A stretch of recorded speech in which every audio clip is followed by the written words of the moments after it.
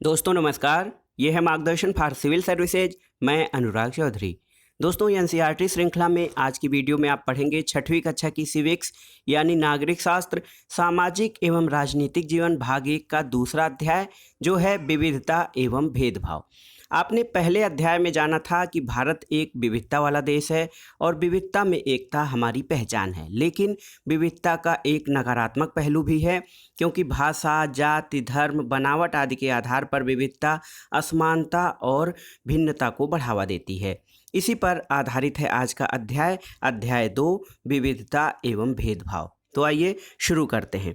दोस्तों आपने कई बार देखा होगा कि जो लोग दूसरों से अलग होते हैं उन्हें चिढ़ाया जाता है, उनका मजाक उड़ाया जाता है या फिर उन्हें कई गतिविधियों या समूहों में शामिल नहीं किया जाता।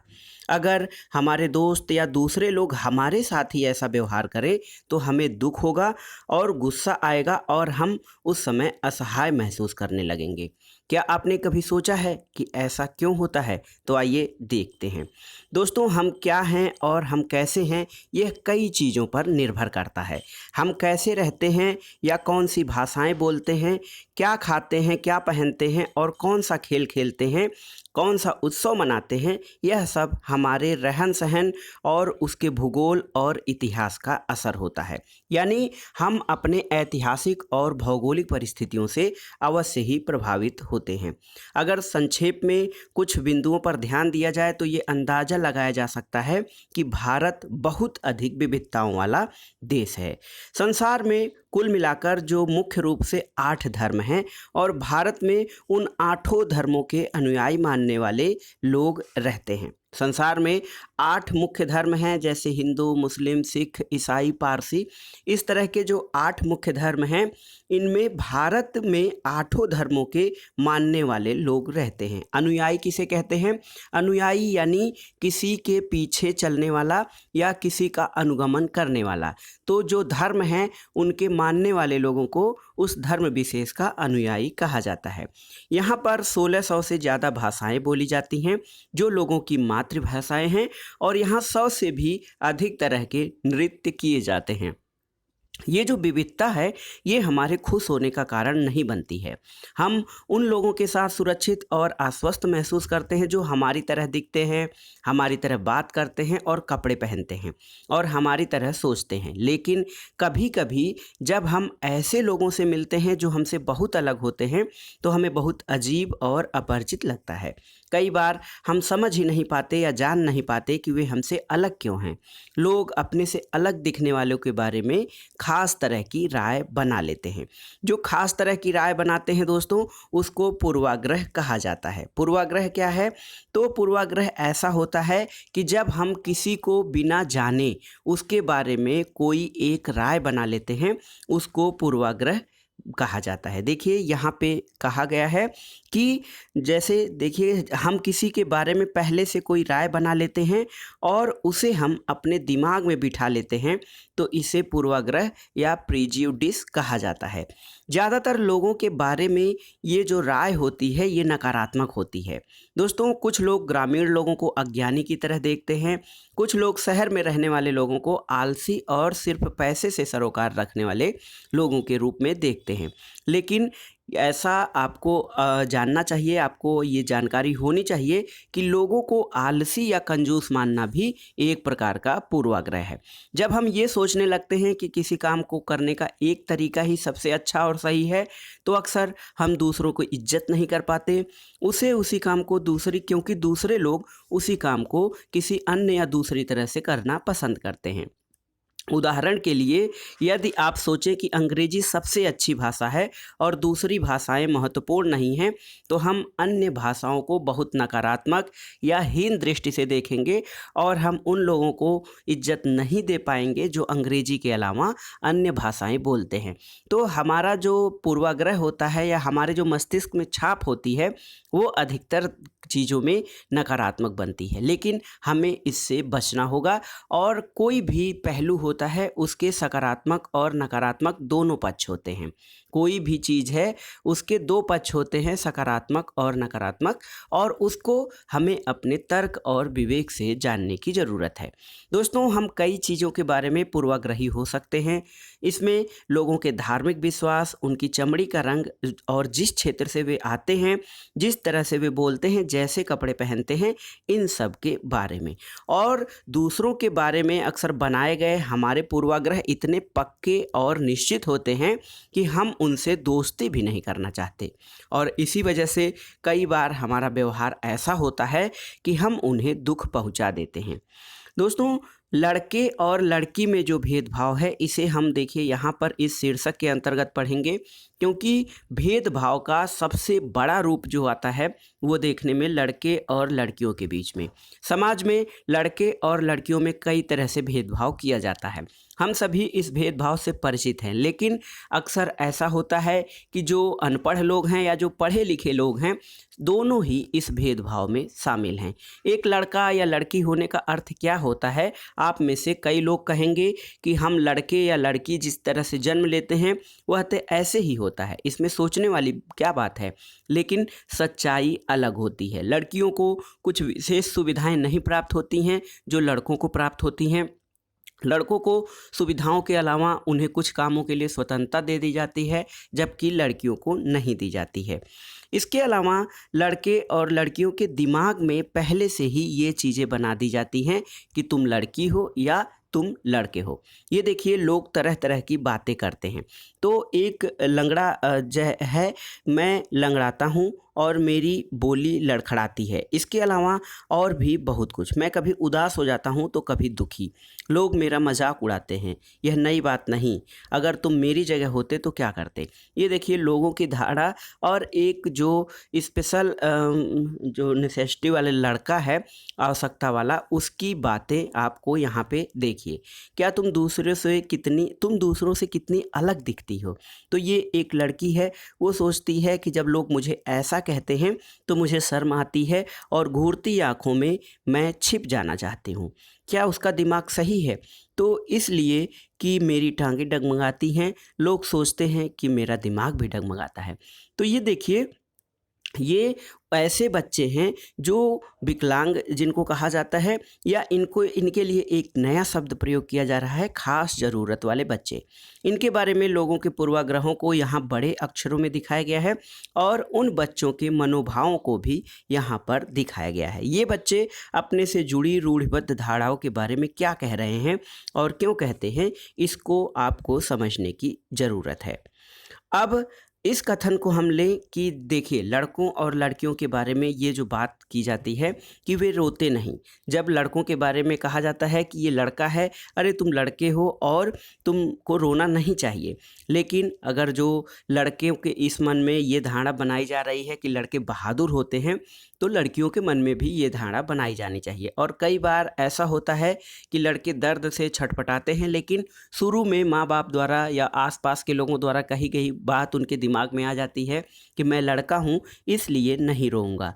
और एक वाक्य हम सुनते हैं कि लड़के ऐसे होते हैं और लड़कियां ऐसी होती हैं, तो समाज की इन मान्यताओं को हम बिना सोचे समझे मान लेते हैं, जबकि ये गलत है। और ये किसी भी जो चीज़ है या कि कोई भी विचार है, इसका एक पक्षी मूल्यांकन है, और हम इसलिए जो सही चीज़ें हैं उनका ज्ञान प्राप्त करने से रह जाते हैं। रूढ़िबद्ध धारणा क्या होती है दोस्तों? किसी के बारे में रूढ़िबद्ध धारणा बनाना, ये क्या होता है? जब हम सभी लोगों से एक ही छवि में बांध देते हैं, जब हम सभी लोगों को एक छवि में बांध देते हैं या उनके बारे में कोई पक्की धारणा बना लेते हैं, तो इसे रूढ़िबद्ध धारणा कहा जाता है। कई बार हम किसी खास देश, धर्म, लिंग होने के कारण किसी को कंजूस, अपराधी या बेवकूफ़ ठहराते हैं। ऐसा इसलिए होता है कि उनके बारे में हमारे मन में, हमारे मस्तिष्क में पक्की धारणा बना दी गई है। हर देश, धर्म आदि हमें कंजूस, अपराधी और बेवकूफ़ लोग मिल जाते हैं। सिर्फ इसलिए कुछ लोग उस समूह के वैसे हैं, पूरे समूह के बारे में ऐसी राय बनाना सही नहीं है। इस प्रकार की धारणा हमें प्रत्येक इंसान को एक अनोखे और अलग व्यक्ति को तरह देखने से रोक देती है। जैसे आपने सुना होगा कि हर व्यक्ति अलग होता है, उसमें अलग गुण और क्षमताएं होती हैं, लेकिन जब आप किसी समाज के बारे में ऐसी रूढ़िबद्ध धारणा बना लेंगे, तो यकीन मानिए कि आप किसी व्यक्ति के गुण और दोषों का व्यक्तिगत या निरपेक्ष ढंग से मूल्यांकन नहीं कर सकते हैं। रूढ़िबद्ध धारणाएं बड़ी संख्या में लोगों को एक ही प्रकार के खांचे में जड़ देती हैं। जैसे माना जाता है कि हवाई जहाज उड़ाने का काम लड़कियां नहीं कर सकती हैं। इन धारणाओं का असर हम सब पर पड़ता है और कई बार ये धारणाएं हमें ऐसे काम करने से रोकती हैं जिनको करने की काबिलियत शायद हम में हो। देखिए, कुछ मुसलमानों के बारे में ये आम रूढ़िबद्ध धारणा है कि ये लड़कियों को पढ़ाने में रुचि नहीं लेते हैं, इसलिए उन्हें स्कूल नहीं भेजते हैं। जबकि अध्ययन से ये बात सामने आए है कि मुसलमानों की गरीबी इसका एक महत्वपूर्ण कारण है। गरीबी की वजह से वो लड़कियों को स्कूल नहीं भेज पाते हैं। तो हमारे यहाँ गरीबों तक शिक्षा पहुँचाने के प्रयास किए गए हैं और मुस्लिम समुदाय के लोगों ने अपनी लड़कियों को स्कूल भेजने में रुचि दिखाई है। तो ये महत्वपूर्ण है, किसी चीज़ के बारे में कोई धारणा बनाने से पहले हमें उसके जड़ तक या उसके कारणों को जानना जरूरी है। अब आइए देखते हैं असमानता और भेदभाव। भेदभाव कब होता है? जब लोग पूर्वाग्रह और रूढ़िबद्ध धारणाओं के आधार पर व्यवहार करते हैं तो भेदभाव होता है। और अगर आप लोगों को नीचा दिखाने के लिए कुछ करते हैं, आप उन्हें कुछ गतिविधियों में भाग लेने से रोकते हैं, किसी खास नौकरी को करने से रोकते हैं या किसी मोहल्ले में रहने नहीं देते, एक कुएं या हैंडपंप से पानी नहीं भरने देते हैं, तो दूसरे द्वारा इस्तेमाल किए जा रहे कप या गिलास में चाय नहीं पीने देते, तो इसका मतलब ये है कि आप उनके साथ भेदभाव कर रहे हैं। तो भेदभाव का मतलब यही है कि जो चीज़ें सबके प्रयोग के लिए हैं उनसे किसी एक वर्ग को रोक देना या उनसे वंचित कर देना, ये भेदभाव कहलाता है। और ऐसा हमारे प्राचीन ग्रामीण समाजों में बहुत होता था कि ऊंची जातियां जो हैं नीची जातियों को इसी हे दृष्टि से देखती थीं। दोस्तों, भेदभाव के कारण क्या हैं इसके बारे में भी जानना जरूरी होता है। भेदभाव के कारणों में हो सकता है कि पिछले पाठ में आपने पढ़ा था समीर 1 और समीर 2 एक दूसरे से बहुत भिन्न थे, उनका धर्म अलग था। ये विविधता का एक पहलू है, पर ये भेदभाव का कारण बन सकता है क्योंकि एक उसमें हिंदू था और एक मुसलमान था और दोनों के बारे में या कभी कभी हिंदू मुस्लिमों के बारे में गलत या उचित रवैया नहीं अपनाते, उसी प्रकार से मुस्लिम भी हिंदुओं के बारे में सही धारणा नहीं अपनाते हैं। दोनों समीर जो थे उनमें एक अंतर उनकी आर्थिक पृष्ठभूमि और उनके शिक्षा का भी था और विविधता का यही पहलू है, ये असमानता होती है। यानी एक गरीब है, एक अमीर है, कोई ज़्यादा शिक्षित है, कोई कम शिक्षित है, ये असमानता का पहलू है। बहुत से लोगों के पास खाने पहनने के लिए कपड़े नहीं होते हैं, घर की मूल ज़रूरतों को पूरा नहीं कर सकते हैं, उनके लिए उसके पास पैसे नहीं होते हैं। इस कारण दफ्तर, अस्पताल, स्कूल आदि में उनके साथ भेदभाव किया जाता है। इसके अलावा कुछ लोगों को विविधता और असमानता पर आधारित दोनों तरह के भेदभाव का सामना करना पड़ता है।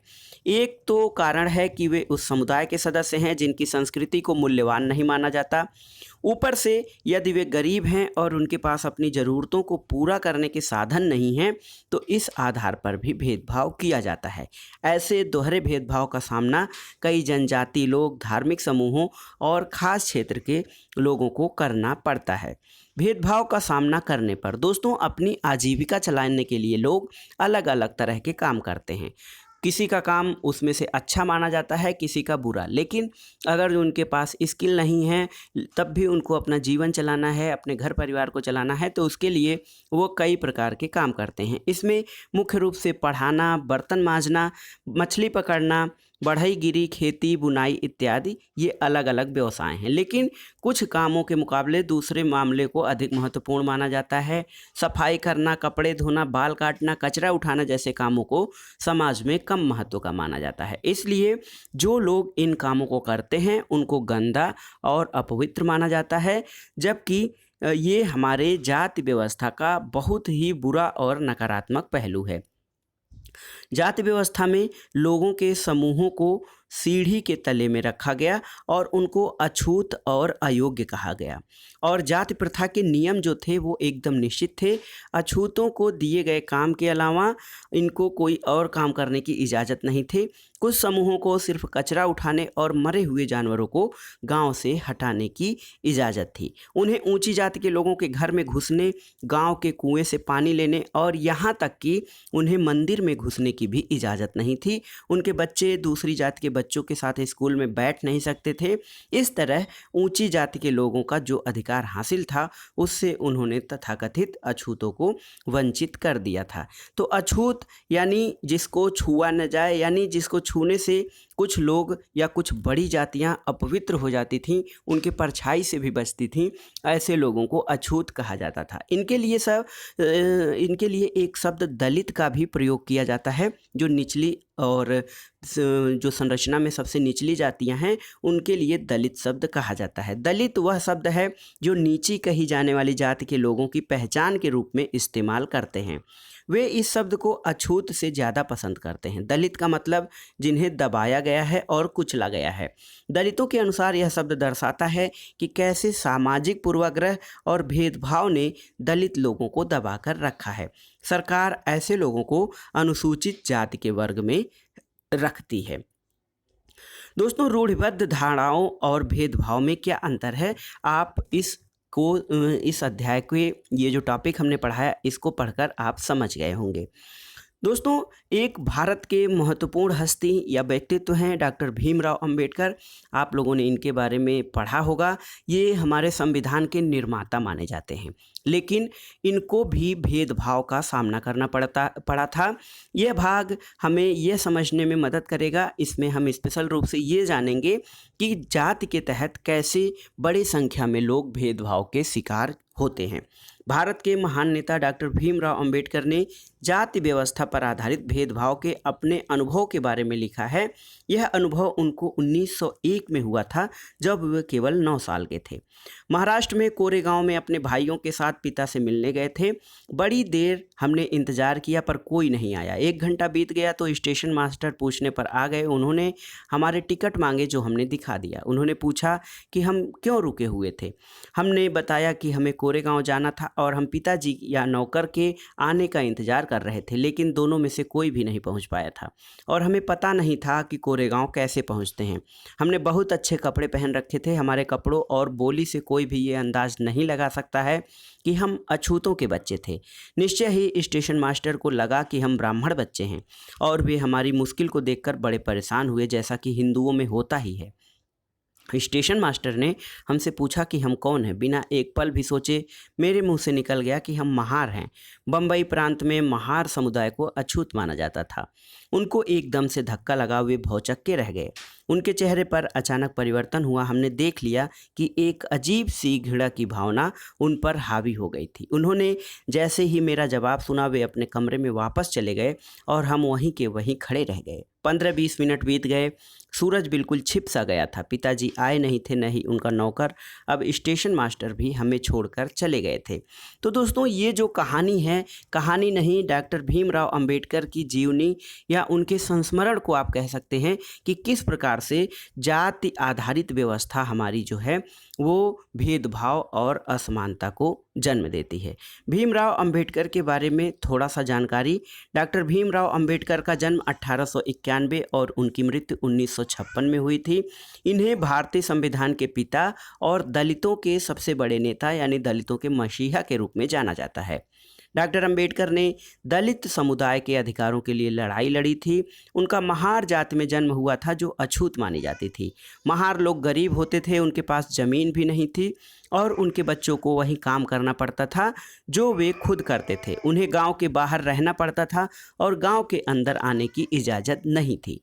अंबेडकर अपनी जात के पहले व्यक्ति थे जिसने अपनी कॉलेज की पढ़ाई पूरी की और वकील बनने के लिए इंग्लैंड गए। उन्होंने दलितों को अपने बच्चों को स्कूल कॉलेज भेजने के लिए प्रोत्साहित किया और दलितों से अलग अलग तरह की सरकारी नौकरी करने को कहा ताकि वे जाति व्यवस्था से बाहर निकल पाएं। दलितों के मंदिर में प्रवेश के लिए जो कई प्रयास किए जा रहे थे, उनका अंबेडकर जी ने नेतृत्व किया। उन्हें ऐसे धर्म की तलाश थी जो सबको समान निगाह से देखे। जीवन में आगे चलकर उन्होंने बौद्ध धर्म को अपना लिया था और उनका मानना था कि दलितों को जाति प्रथा के खिलाफ अवश्य लड़ना चाहिए और ऐसा समाज बनाने की तरफ काम भी करना चाहिए जिससे सबकी इज्जत हो, ना कि कुछ लोगों की। यानी भीमराव अंबेडकर ने जाति प्रथा में जो बदलाव थे उनको करने के लिए और समानता आधारित व्यवस्था बनाने के लिए दलितों को खुद आगे बढ़ने के लिए कहा, और उन्होंने कहा कि शिक्षा सबसे बड़ा हथियार है, ताकि आप अपने इस दुष्चक्र से या अपनी इस स्थिति से बाहर निकल सकते हैं। दोस्तों, अब आइए जानते हैं कि ये बहुत ही मुश्किल रहता होगा कि एक जगह से किसी को अगर जो आप दूसरी जगह जाने न दीजिए, या फिर लोग एक दूसरे से दूर रहें, आपको छूने से मना करें और आपको पानी न पीने दें। यह छोटी सी घटना दिखाती है कि कैसे गाड़ी से एक से दूसरी जगह जाने के साधारण काम की सुविधा भी बच्चों के पास नहीं थी, जबकि वे पैसा दे सकते थे। स्टेशन के गाड़ीवान भी उनको ले जाने के लिए नहीं तैयार हुए थे, क्योंकि वे निचली जातियों के लोग थे। इस कहानी या संस्मरण से ये स्पष्ट है कि जाति पर आधारित भेदभाव न केवल दलितों को कई गतिविधियों से वंचित रखता है, बल्कि वह उन्हें आदर और सम्मान भी नहीं मिलने देता जो कि दूसरों को मिलना चाहिए। अब आइए देखते हैं समानता के लिए संघर्ष। ब्रिटिश शासन से आज़ादी पाने के लिए जो संघर्ष किया गया था, उसमें समानता के व्यवहार के लिए किया गया संघर्ष भी शामिल था। दलितों, औरतों और जनजाति लोगों, किसानों ने अपने जीवन में जिस गैर बराबरी और असमानता तथा भेदभाव का अनुभव किया था, उसके खिलाफ उन्होंने लड़ाई लड़ी। लेकिन बहुत सारे दलितों ने संगठित होकर मंदिर में प्रवेश पाने के लिए संघर्ष किया था। महिलाओं ने मांग की कि जैसे पुरुषों के पास शिक्षा का अधिकार है, वैसे ही अधिकार उन्हें भी मिले। किसानों और दलितों ने अपने आप को जमींदारों और उनकी ऊंची ब्याज दर से छुटकारा दिलाने के लिए संघर्ष किया था। आप सभी को पता है कि 1947 में भारत आज़ाद हुआ और एक राष्ट्र बना, तो हमारे नेताओं ने समाज में व्याप्त कई तरह की असमानताओं पर विचार किया। संविधान को लिखने वाले लोग भी इस बात से परिचित थे कि हमारे समाज में कैसे भेदभाव किया जाता है और लोगों ने उसके खिलाफ किस तरह से संघर्ष किया है। कई नेता जैसे अम्बेडकर आदि इन लड़ाइयों के हिस्सा थे, इसलिए नेताओं ने संविधान में दृष्टि और लक्ष्य रखा। भारत में सभी लोगों को बराबर माना जाए, समानता को अपने संविधान में एक अहम मूल्य माना गया है और सभी को भारतीय के रूप में ये समानता हमें समान महत्व देती है। प्रत्येक व्यक्ति को समान अधिकार और समान अवसर मिले हुए हैं। अस्पृश्यता यानी जो छुआछूत या अछूत की समस्या है, उसको अपराध की तरह देखा जाता है और इसे कानूनी रूप में समाप्त कर दिया गया है।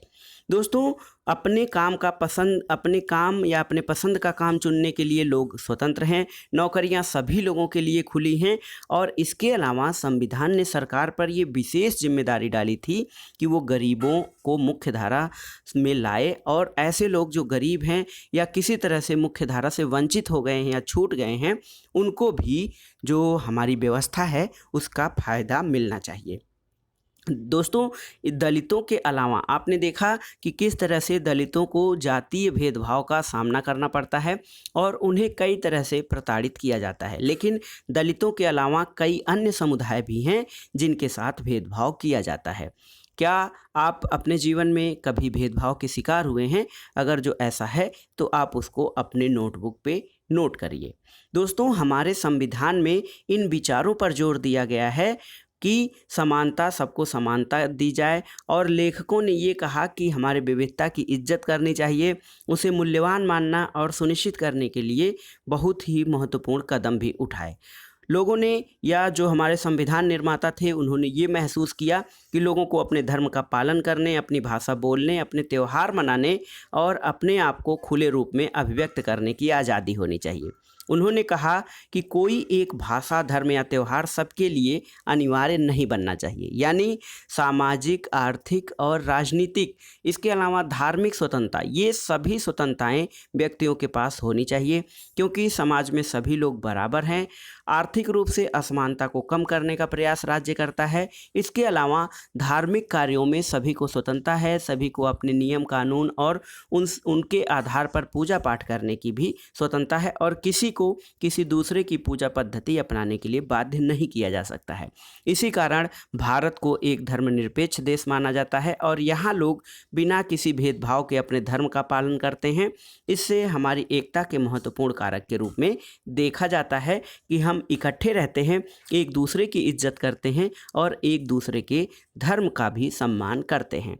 दोस्तों, हमारे संविधान में इन विचारों पर जोर दिया गया है, पर यह पाठ इस बात को उठाता है कि असमानता आज भी मौजूद है।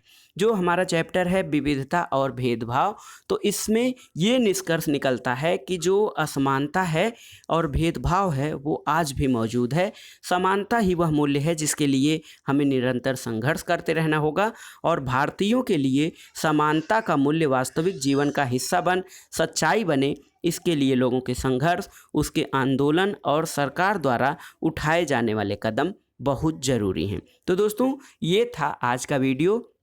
6वीं कक्षा की नागरिक शास्त्र सामाजिक एवं राजनीतिक जीवन भाग 1 का दूसरा अध्याय विविधता और भेदभाव। इसमें आपने जाना कि विविधता युक्त देश होने के बावजूद भारत में कई प्रकार की असमानताएं और भेदभाव विद्यमान हैं और इसमें जो एक महत्वपूर्ण कारक जाति आधारित भेदभाव है उसके बारे में आपने विस्तार से पढ़ा।